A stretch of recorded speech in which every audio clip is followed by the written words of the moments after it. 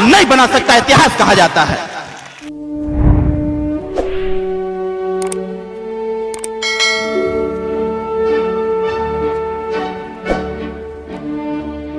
हमको जिनके आदर्शों पर चलना है, जहां तक मैं कहूं तो साक्षात वो भी लोग उपस्थित हैं। एक तरफ छत्रपति शिवाजी महाराज की फोटो की मूर्ति, तो दूसरी तरफ चक्रवर्ती सम्राट राष्ट्रवीर राजभर महाराजा सुहेलदेव राजभर जी की फोटो। हमको आपको जानना पड़ेगा, क्योंकि कहा जाता है कि जो समाज अपना इतिहास नहीं जानता, अपने बड़े बुजुर्गों की कदर नहीं करता, वह समाज इस देश में कभी तरक्की नहीं कर सकता। आज साथियों, आपको जानना पड़ेगा कि यह चक्रवर्ती सम्राट राष्ट्रवीर राजभर महाराजा सुहेलदेव, जिनका एक गौरवमय इतिहास रहा, जिनके नाम पर, जिनके वीरता से पूरा देश नहीं पूरा विश्व इनकी शौर्य गाथा की विवेचना किया करता था, आज आखिर राजा सुहेलदेव राजभर गुमनाम कैसे हो गए? आज राजभर समाज, जिनको कहा जाता है इतिहास में कि राजभर समाज नागवंशी क्षत्रिय राजभर है, और जब तक इस धरती पर नागवंशी क्षत्रियों का साम्राज्य रहेगा, तब तक भारत देश को कोई गुलाम नहीं बना सकता, इतिहास कहा जाता है। और मैं बधाई देना चाहता हूं, धन्यवाद देना चाहता हूं माननीय नेताजी को, कि माननीय नेताजी का प्रयास, एक ऐसा प्रयास कि सुहेलदेव भारतीय समाज पार्टी का निर्माण 2002 में हुआ, और पहली बार देखने को प्राप्त हुआ कि जिस राजा सुहेलदेव राजभर को लोग जानते नहीं थे, आज साथियों पूरा देश राजा सुहेलदेव राजभर की जयंती मनाने के लिए परेशान हो रही है। यह आपका इतिहास है। आपको जानना पड़ेगा ये राजा सुहेलदेव राजभर कौन थे। आप महाराष्ट्र में हैं, हमारे सूरत से कुछ लोग आए हुए हैं। जब कभी आज के 14 साल पहले जब आप इसी महाराष्ट्र में आते थे, या गुजरात में जाते थे, कोलकाता जाते थे, या उत्तर प्रदेश बिहार से चल करके दूसरे प्रदेश में जाते थे, जब कंपनियों में आपका नाम पूछा जाता था कि आपका क्या नाम है, जब आप बताते थे कि हमारा नाम फलनवा राजभर है, तो लोग पूछते थे कि राजभर कौन होता है। बताइए सही है कि गड़बड़ है? लोग पूछते थे कि राजभर कौन होता है। अरे राजभर वही होता है जो इस देश में 160 साल तक शासन करने का कार्य किया है, उत्तर से लेकर दक्षिण तक, पूर्व से लेकर पश्चिम तक, पूरे साम्राज्य में, पूरे देश में नागवंशी क्षत्रिय राजभरों का शासन था। लेकिन साथियों, आज इस बात को समझने की आवश्यकता है। एक नेता पीला झंडा बना करके, एक जय सुहेलदेव का उद्घोष दे करके, सुहेलदेव भारतीय समाज पार्टी का निर्माण करके आज साथियों आपको उस पटल पर लाके खड़ा कर दिया है कि जब भी देश में इतिहास की चर्चा होगी, जब भी देश में राजनीतिक इतिहास की चर्चा होगी, यह बताया जाएगा, दर्शाया जाएगा, आने वाली पीढ़ियों को बताया जाएगा, जब इस देश में, इस प्रदेश में भेदभाव चल रहा था, तो उस दौरान सदन में खड़ा होकर एक नेता बोलने का कार्य कर रहा था, जिनका नाम ओम प्रकाश राजभर। साथियों, इतिहास आपको जानना पड़ेगा। मेरे बनारस में एक 38 मिनट का मैंने स्पीच दिया हुआ था, और वो स्पीच मैं राजा सुहेलदेव राजभर के मूर्ति के सामने में खड़ा होकर भाषण देने का कार्य किया था।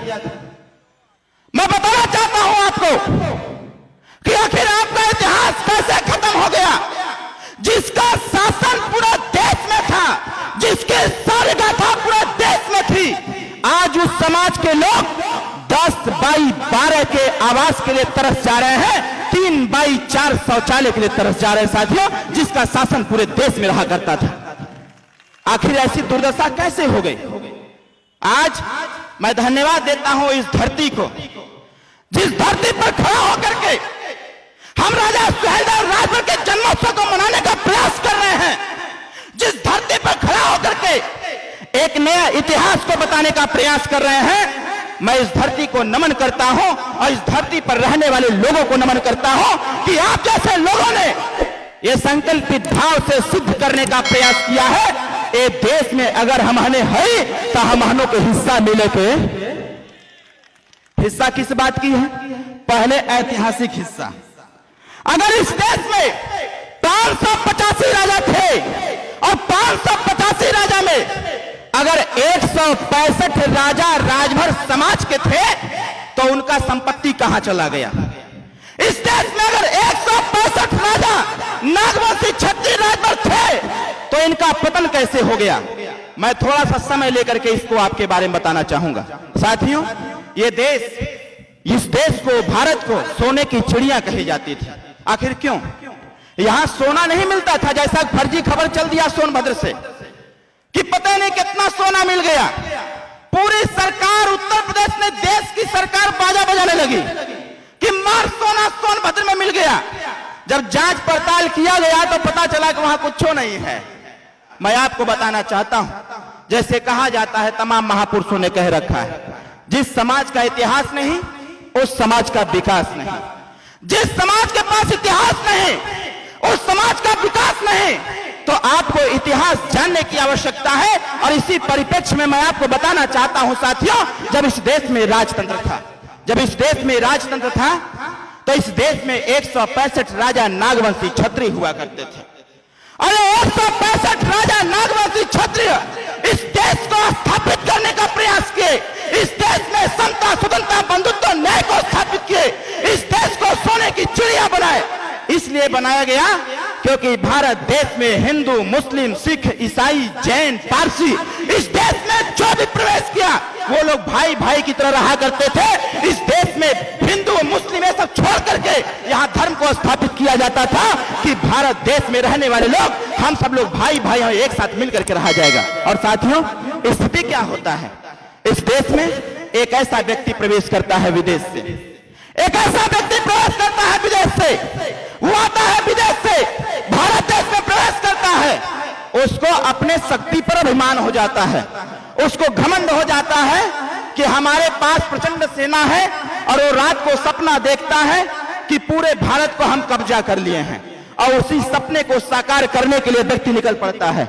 और जब व्यक्ति निकलता है तो देवताओं द्वारा स्थापित किया गया सोमनाथ मंदिर, सबसे पहले भारत देश में प्रवेश करके सोमनाथ मंदिर को तोड़ने का प्रयास करता है। और साथियों, जब सोमनाथ मंदिर को तोड़ता है तो उसको अपने शक्ति पर और घमंड हो जाता है। वो कह लेता है कि हमने जो सपना देखा है भारत देश को गुलाम बनाने का, भारत देश में अपना राज स्थापित करने का, अब इसको पूरा करने का वक्त आ गया है। साथियों, वो बड़ी सेना लेकर के निकलता है और पूरे पश्चिम से तमाम राजाओं को परास्त करते हुए बनारस पहुंचता है। और बनारस को भी परास्त करते पहुंचता है बहराइच। मैं बहराइच बताना चाहता हूं, इस फील्ड में तमाम हमारे युवा साथी हैं। यहां अगर उम्र की बात कर लिया जाए तो 18 साल से लेकर के 45 साल तक के लोग इस मैदान में हैं। बहराइच की सीमा पर जब व्यक्ति विदेशी आक्रांता पहुंचता है और पहुंचने के बाद चैलेंज देता है राजा सुहेलदेव राजभर जी को, वो कहता है, उसको पता चल जाता है विदेशी आक्रांता को कि बहराइच का जो राजा है उसकी उम्र 18 साल है, इसको तो हम हड़का करके अपने कब्जे में कर लेंगे। और साथियों, अपने संदेशवाहक के माध्यम से संदेश भेजता है कि ऐ राजा सुहेलदेव राजभर, तुम मेरे प्रस्ताव को स्वीकार कर लो। मैंने देश के तमाम राजाओं को परास्त कर दिया है, मैंने देवताओं द्वारा स्थापित सोमनाथ मंदिर को कब्जा कर लिया है, तमाम मंदिरों मस्जिदों को तोड़ते हुए आज मैं तुम्हारे सीमा को भी लांघने का प्रयास कर रहा हूं। लेकिन मैं नहीं चाहता हूं कि मैं किसी नौजवान से युद्ध करूं, किसी दूध में है बच्चे से युद्ध करूं। और इस प्रस्ताव को राजा सुहेलदेव के समक्ष उनका प्रस्तावक लेकर के जाता है, और संदेशवाहक लेकर के जाता है।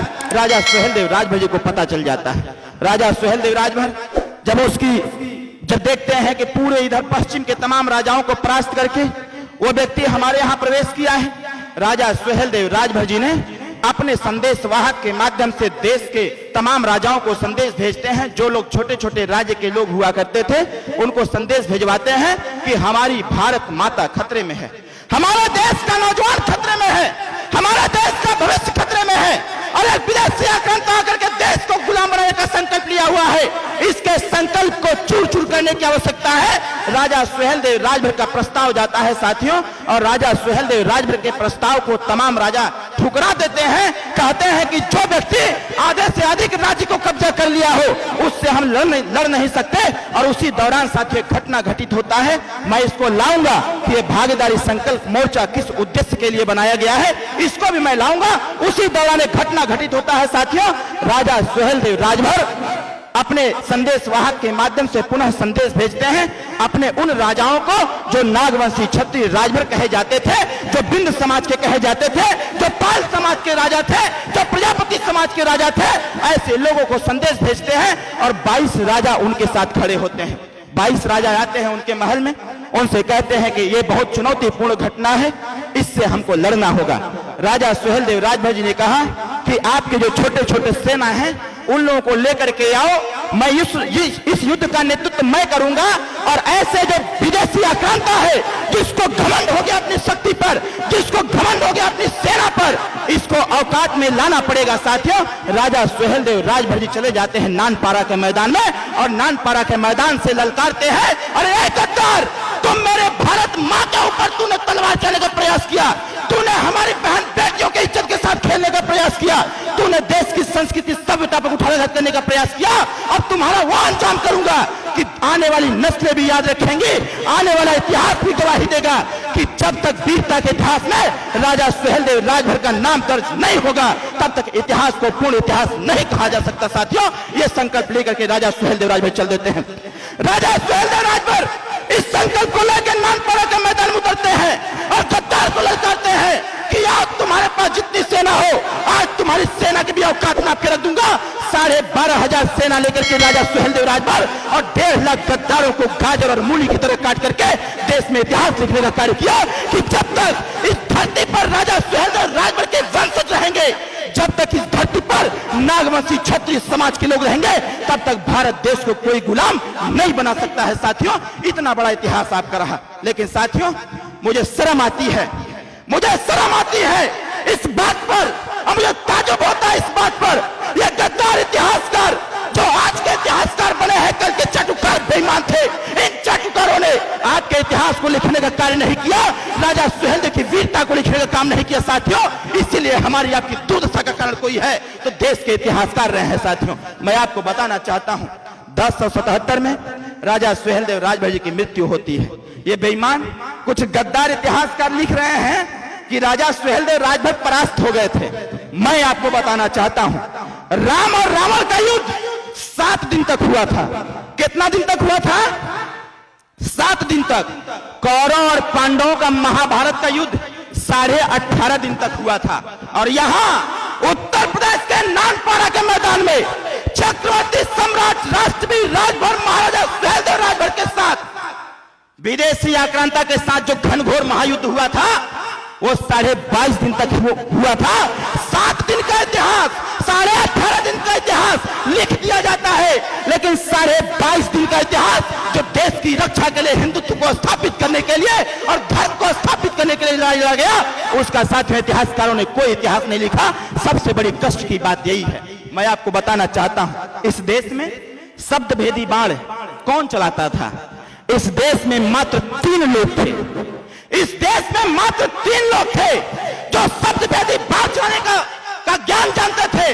पहला नाम कोई था तो अयोध्या के राजा दशरथ थे, और दूसरा नाम था तो पृथ्वीराज चौहान का था, और तीसरा नाम इस सृष्टि पर रहा है तो उसका नाम चक्रवर्ती सम्राट राष्ट्रवीर राजभर महाराजा सुहेलदेव राजभर था। साथियों, ये गद्दारों ने इतिहास नहीं लिखा है आपका।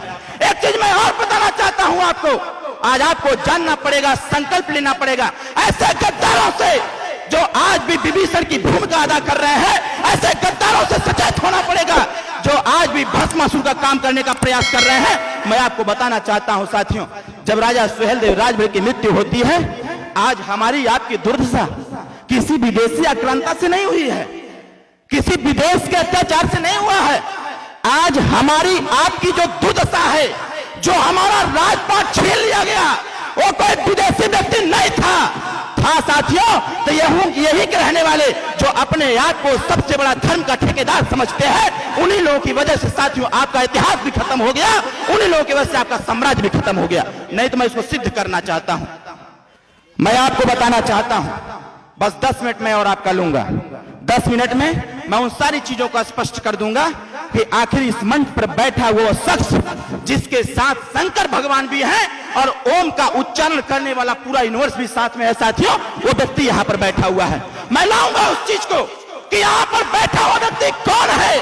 जिसको लोग बहुत हल्के में लेने का प्रयास करते हैं, मैं इतिहास के साथ अपने नेता श्री ओम प्रकाश राजभर के इतिहास को जोड़ने का प्रयास करूंगा।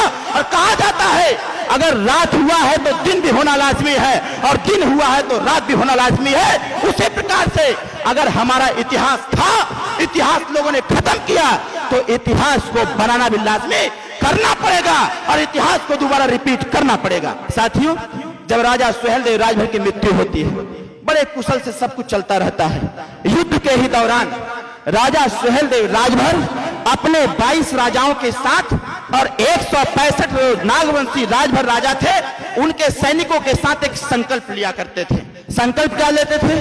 संकल्प वो ये लेते थे कि हमारी तलवार कभी भी अपने भाई के ऊपर नहीं उठेगा, हमारी तलवार कभी भी अपने भाई के ऊपर नहीं उठेगा, हमारी तलवार कभी भी इस देश जो भारत देश है इस पे किसी व्यक्ति के ऊपर नहीं उठेगा। नागवंशी क्षत्रियों की तलवार तब चमकनी चाहिए जब ये पता चल जाए कि हमारा भारत देश खतरे में है, हमारे देश की संस्कृति सभ्यता खतरे में है। साथियों, ये संकल्प राजा सुहेलदेव राजभर ने दिलवाया था। मैं आपको बताना चाहता हूं, उसी दौरान एक घटना घटित होता है। यही के इसी देश के कुछ ऐसे गद्दार राजा थे जिनको ये पता चल गया था कि नागवंशी क्षत्रियों का शासन धीरे धीरे बढ़ता चला जा रहा है। उनको ये पच नहीं रहा था और यहीं के लोगों ने योजना बनाया कि जब तक इस सृष्टि से नागवंशी क्षत्रिय राजभर का पतन नहीं होगा, जब तक इनका नामो निशान नहीं खत्म होगा, तब तक भारत देश पर कोई दूसरा राज नहीं कर सकता है। साथियों, इसी संकल्प को लेकर के यहीं के राजाओं ने साथियों आपको परेशान करने का प्रयास किया और एक आदेश जारी करवाया। यह नागवंशी क्षत्रिय पूरे भारत में कहीं मिल जाए, आदेश किया गया यहाँ के राजाओं के द्वारा कि अगर इनके साम्राज्य को कब्जा करना होगा तो यहाँ के राजाओं ने आदेश जारी कर दिया कि नागवंशी क्षत्रिय पूरे देश में कहीं भी मिल जाए तो जो व्यक्ति जितना गर्दन काट करके लेकर के मेरे पास आएगा उसको उतना बड़ा इनाम दिया जाएगा। कहने का मतलब है साथियों, आपको खत्म करने के लिए, आपको बर्बाद करने के लिए यहाँ के राजाओं ने षड्यंत्र रचा और स्थितियां ऐसी हो गई कि धीरे धीरे करके साथियों हम लोग अपने साम्राज्य को त्याग दिए, क्योंकि हमने संकल्प लिया था कि तलवार नहीं उठाऊंगा। और यहाँ के राजाओं ने हमको धीरे धीरे खदेड़ने का प्रयास किए। हम लोग अपना साम्राज्य छोड़ के जंगल में चले गए, जंगल से पहाड़ों में चले गए, और पहाड़ों के बाद जो भी हिम्मत से और अपने गट्स के साथ उन लोगों से चुनौती को स्वीकार करते रहे, वही साथियों इस सृष्टि पर अगर राजभर कहने का हकदार कोई है तो वो राजभर समाज के लोग हैं जो अपने नाम के आगे राजभर शब्द जोड़ते हैं, वही इस देश के सबसे बड़े वीर सपूत हैं। साथियों, इतिहास को दोहरा रहा है। आज आपके नेता, हमारे नेता उत्तर प्रदेश में एक देश की राजनीति में भूचाल लाने के लिए जिस प्रकार से राजा सुहेलदेव राजभर जी ने 22 राजाओं का साथ लिया था, 22 राजाओं का संकल्प लिया था, उसी प्रकार से आपके नेता ने एक संकल्प लिया है कि जो लोग हम जैसे लोगों को बर्बाद करने का प्रयास किए, आने वाले समयों में ऐसे विभीषण का खात्मा होना चाहिए और ऐसे भस्मासुर का खात्मा होना चाहिए। जब तक ऐसे गद्दारों को आप खदेड़ेंगे नहीं, तब तक साथियों आपका इतिहास बनने वाला नहीं है। मैं ज्यादा कुछ नहीं कहते हुए हमारे बीच में माननीय नेता जी उपस्थित हैं, हम अपनी बात को यहीं समाप्त करता हूं। जय सुहेलदेव, जय